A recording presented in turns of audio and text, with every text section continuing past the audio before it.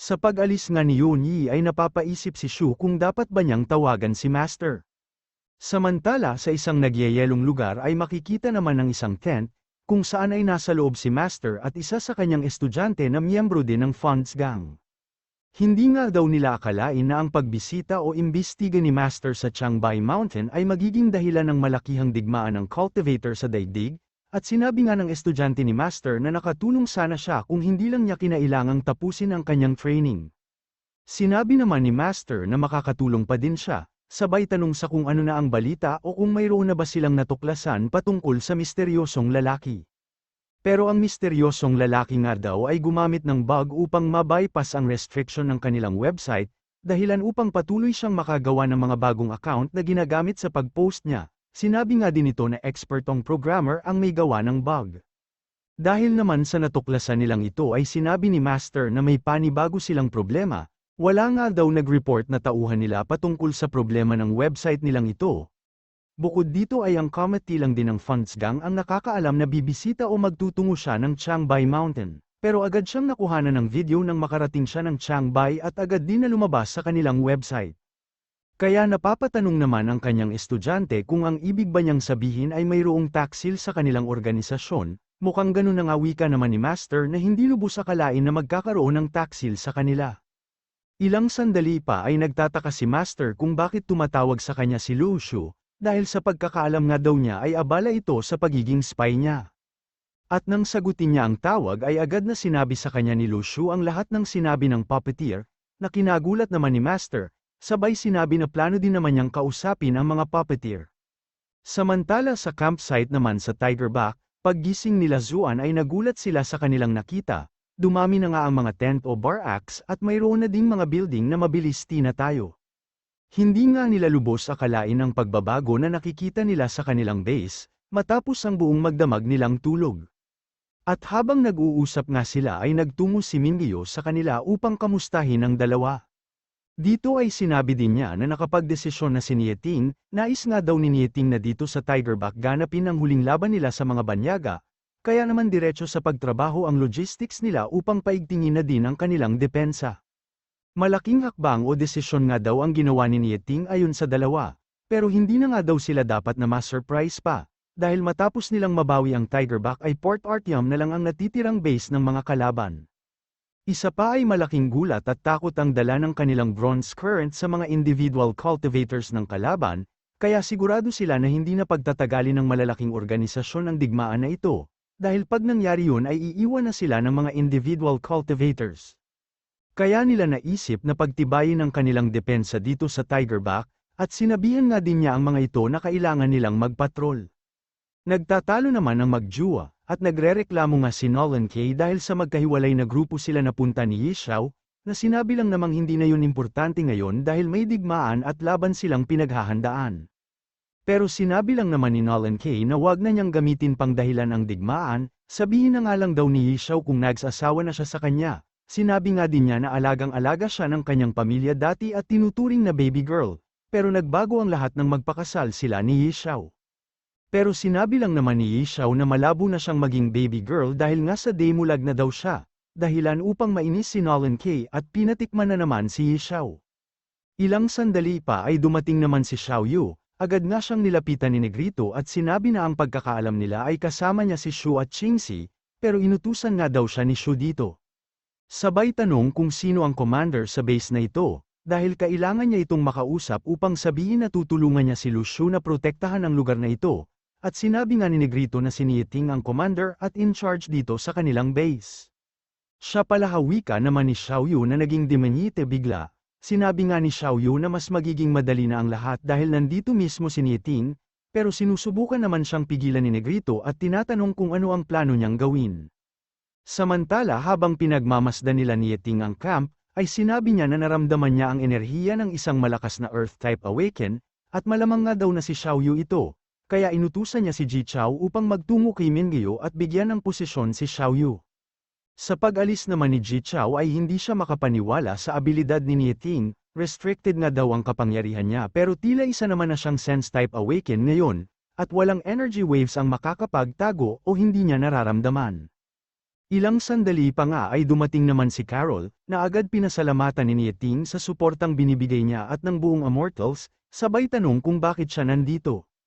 Sinabi naman ni Carol na nagtungo siya dito dahil may isang lalaki na humingi ng pabor sa kanya, at andito nga siya ngayon upang tuparin ang kanyang pangako. Tinanong naman ni Nieting kung si Lucio ba ang tinutukoy niya, pero tulad pa din nga ng dati ay hindi siya sumasagot pag-usapang sekreto at patungkol na sa ating bida. Kaya naman tinanong ni Nieting kung nakiusap na naman ba si Lucio sa kanya na huwag sabihin ito kay Nieting, gayunpaman ay hindi naman na daw niya pipilitin pang alamin ang sekreto ng dalawa.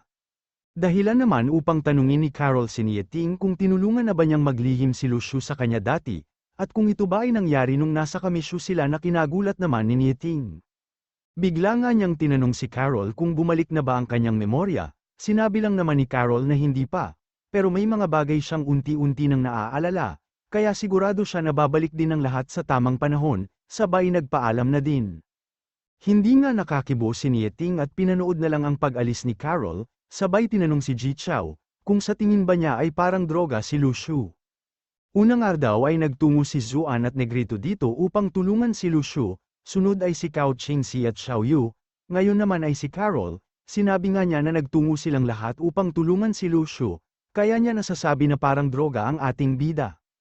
Ang ibig mo bang sabihin ay popular si Lucio, wika lang naman ni Ji Chao, kaya naman sinabi ni Nieting na para na siyang si Zhu Jin, na mas madalas kinakampihan o nagiging pabor ang mga sinasabi kay Lucio, kumpara sa kanya. Tinanong na nga lang ni Ji Chao kung ano na ang ginagawa ni Shu ngayon, at kung patuloy pa din kaya siyang nakikihalo sa mga individual cultivator, pero sinabi lang naman ni Nieting na hindi nila dapat alalahanin si Shu, dahil nga daw sa kalokohan, gilas niya ay siguradong magiging sakit siya sa ulo ng mga kalaban.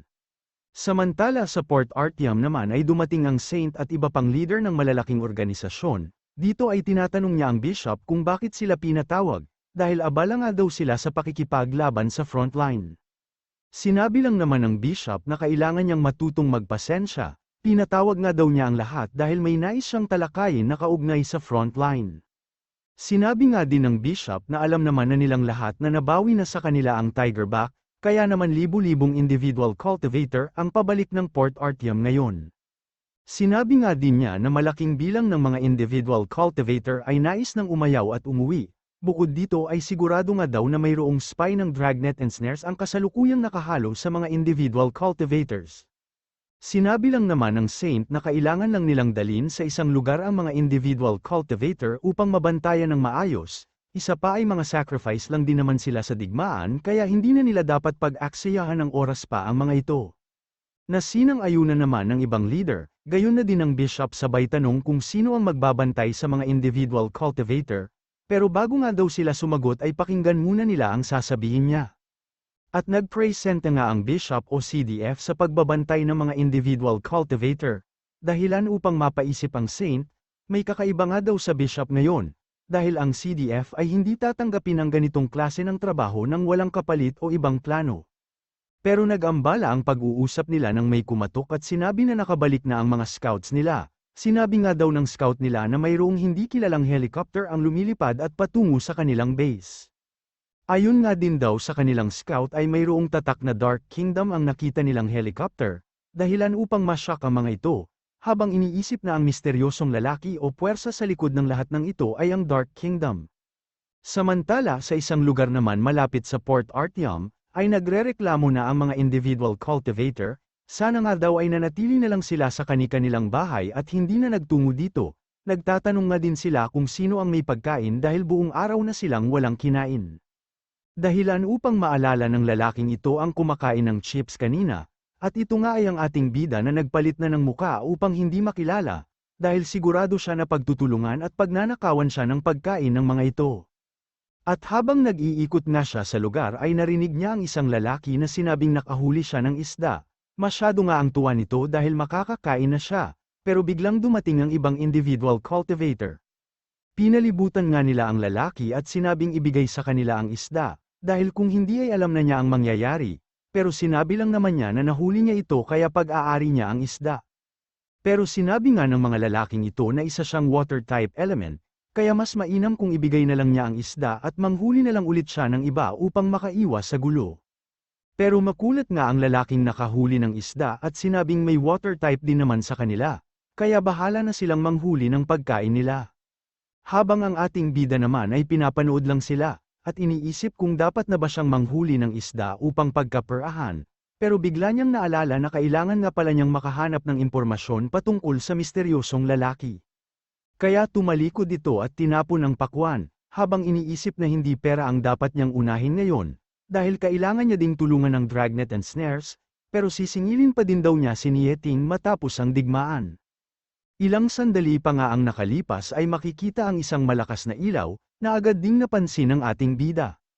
Dumating nga ang mga CDF sa kanilang lokasyon, kaya naman iniisip ng ating bida na sana ay hindi siya makilala ni Francesco, na dumaan sa kanyang tabi at napansin ni Shu na may kakaiba sa kanya.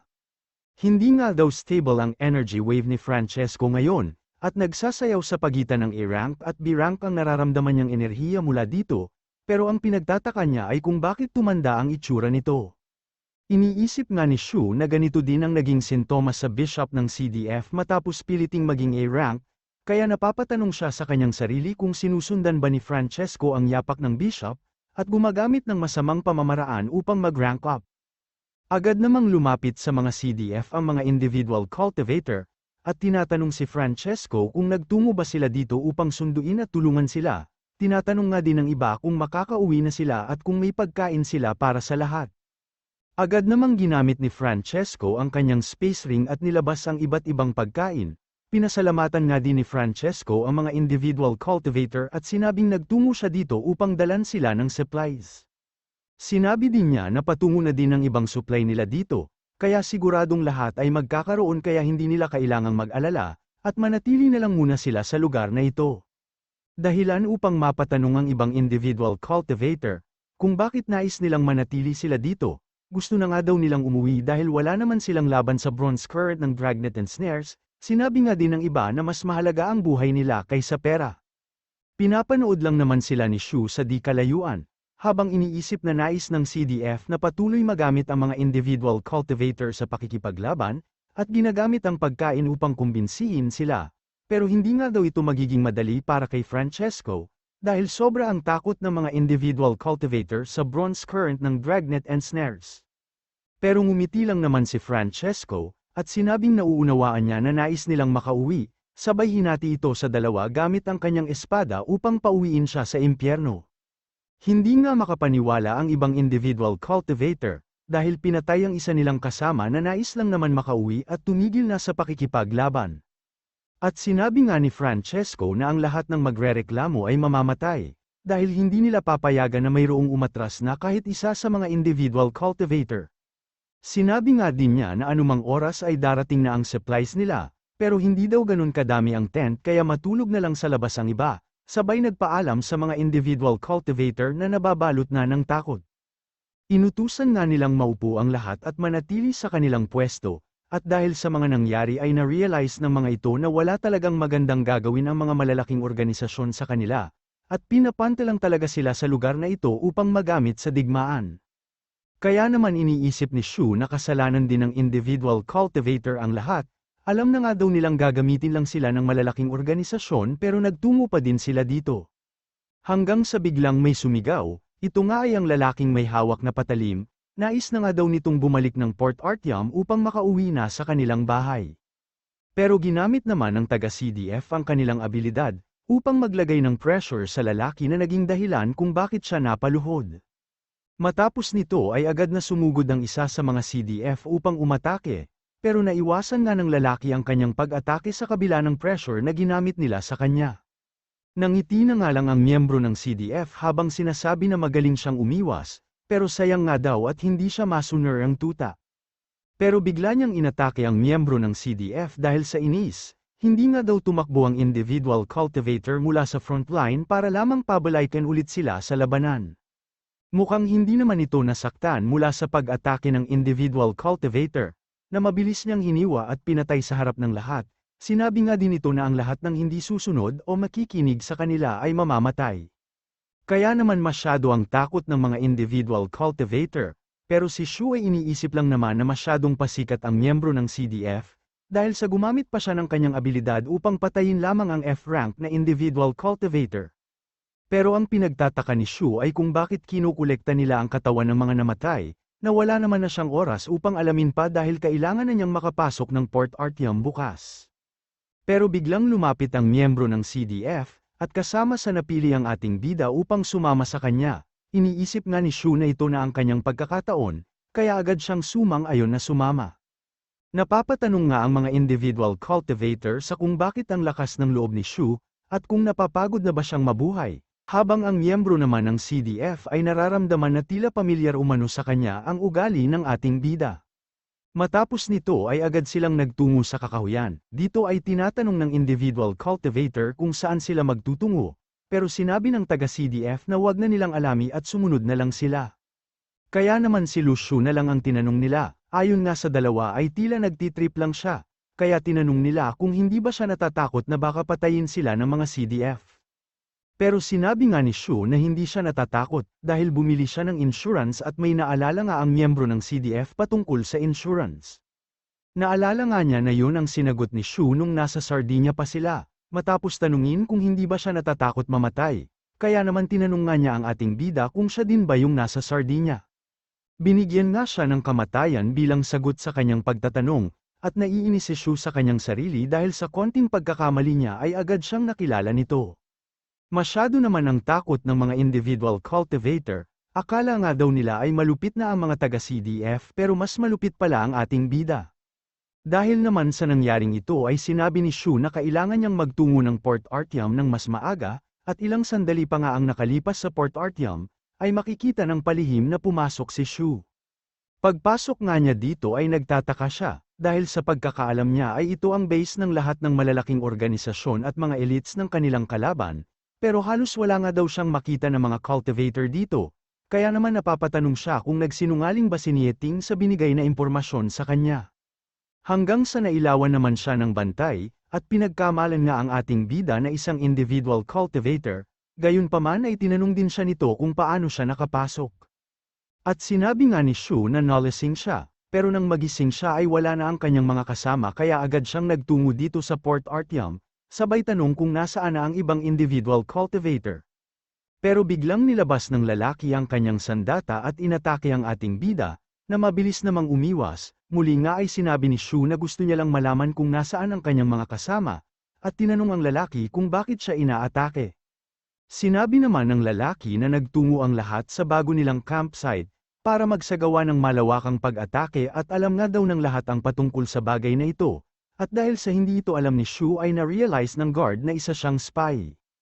Tinanong pa nga nito kung bakit andito sa logistics base si Shu, pero agad naman na niya itong pinatay. Matapos nga niyang mapatay ang lalaki ay sinabi ni Shu na sayang lang ang lahat ng effort niya na magpunta dito, dahil nasa bagong base na ang halos lahat ng kanilang kalaban, gayunpaman ay pwede naman siyang magpahinga muna dito ngayong gabi. Pagpulot nga niya sa espada ng lalaki ay napapamura ang ating bida. Lahat na nga lang daw ng plano niya ay hindi gumagana, pero dahil sa naging logistics base naman na daw ito ay mas mainam kung pasabugin na lang niya ang buong lugar. Sa daungan nga ng mga barko dito sa Port Artyom ay nagbabantay ang mga miyembro ng CDF, sinabi nga ni Shu na mayroong mahigit 1,000 cultivator na nagbabantay sa lugar na ito, kaya mukhang mahihirapan siyang kumilos. Gayunpaman ay unti-unting nagbago ang kulay ng kanyang buhok, at sinabi na isa nga pala siyang water-type element na awaken, kaya walang makakapigil sa kanya pag nasa tubig siya. Agad nga siyang nagtungo sa tubig, kung saan ay nakita niya ang isang miyembro ng CDF na nais sanang umihi. Agad namang hinanda ni Shu ang kanyang abilidad, upang patigilin ang paglabas ng ihi nito mula sa kanyang maliit na tubo. Agad ding ginamit ni Shu ang kanyang abilidad upang patayin ang lalaki, at gamitin ang muka o pagkatao niya upang masimulan niya ang nais niyang gawin. Iniisip nga ni Shu na pwede niyang gawin ang lahat basta gamit niya ang mukang ito. Pero biglang may humawak sa kanyang balikat, at kinausap siya sa wika ng Italian na hindi naman maintindihan ni Shu, nakalimutan nga daw niya na hindi pala siya marunong mag-Italian, kaya naman pinatay na lang niya ito. Tinagaw nga din niya ang katawan ng lalaki sa kanyang seal, at iniisip na dapat ay bilisan niya ang pagtatrabaho. Nagtungo nga siya sa isang warehouse, at agad naman siyang napansin ng ibang miyembro ng CDF, Kaya tinatanong nila kung nagtungo ba siya dito upang tignan ang kanilang ginagawa.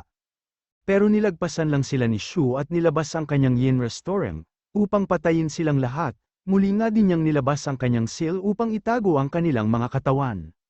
Matapos nito ay nakita niya ang isang kumikintab na box, agad na nga din siyang naglaway kahit hindi pa niya nakikita ang laman ng mga box dito, pero sigurado nga daw siya na madami siyang mapapakinabangan sa warehouse na ito.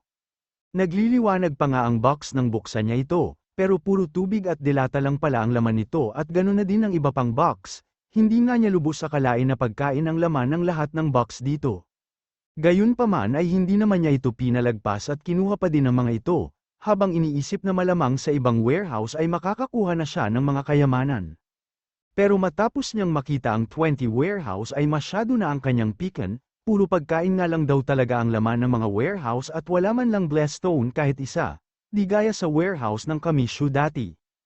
Iniisip nga niya na wala siyang nakuha na kahit anong impormasyon dito sa Port Artyom, pero may Tony Loda naman siya ng pagkain na nakuha at maaari siyang pagtawanan ni Xiaoyu dahil dito, gayunpaman ay pwede naman na siyang magtayo ng grocery ng walang puhunan. Hanggang sa maisip niya na mayroon siyang pwedeng sabihin na dahilan upang hindi siya pagtawanan, ang pagkain nga daw ay ang isa sa pinakamahalagang bagay sa digmaan, at kung walang makain ang mga kanilang kalaban sa digmaan ay siguradong madali nilang tatalunin ang mga ito. Ito ang susi upang manalo kami, wika pa nga ng ating bida, kaya naman nagpatuloy siya sa paghakot ng kanilang mga pagkain o supplies. Ilang sandali pa ay natapos na siya sa paghakot ng lahat ng laman ng mga warehouse, at hindi nga siya makapaniwala na napakalawak pala ng space ng mountain and river seal niya, hindi nga daw niya akalain na magkakasya ang lahat ng pagkain at hindi pa din ito napupuno. Hanggang sa narinig niya ang malakas na busina, dumating nga ang madaming truck na may daladalang karagdagan na supply, kung saan ay agad ding lumapit ang ating bida habang iniisip na pagkain ulit ang laman ng mga ito, na pwede niyang makuha. Pero nang buksan nga nila ang mga truck ay puno ito ng long sword o spiritual tools, kaya naman nagningning ang mga mata ni Shu. Naglalaway nga din siya habang sinasabi na mayroong 31 na truck dito ngayon, kaya libu-libong spiritual tools nga daw ang pwede niyang makuha. Iniisip nga din niya na malamang sa ito ang dahilan kung bakit malaki ang kumpiyansa ng kanilang mga kalaban na manalo. Kaya iniisip ni Shu na kailangan niyang makuha ang lahat ng ito, pero sa dami ng box ay hindi niya alam kung paano niya makukuha ang mga spiritual tools nang hindi siya napapansin. Hanggang sa maisip niya na madaming ang box at spiritual tools, pero ang truck ay 31 lang naman, kaya sinubukan niyang ilagay mismo ang truck sa kanyang mountain seal, kahit na hindi pa niya ito nasusubukan dati, at ilang sandali pa nga ay naramdaman niyang gumagana at pwede niyang ilagay ang truck sa loob ng kanyang seal. Kaya naman nagulat na lang sila nang biglang naglaho ang isang truck.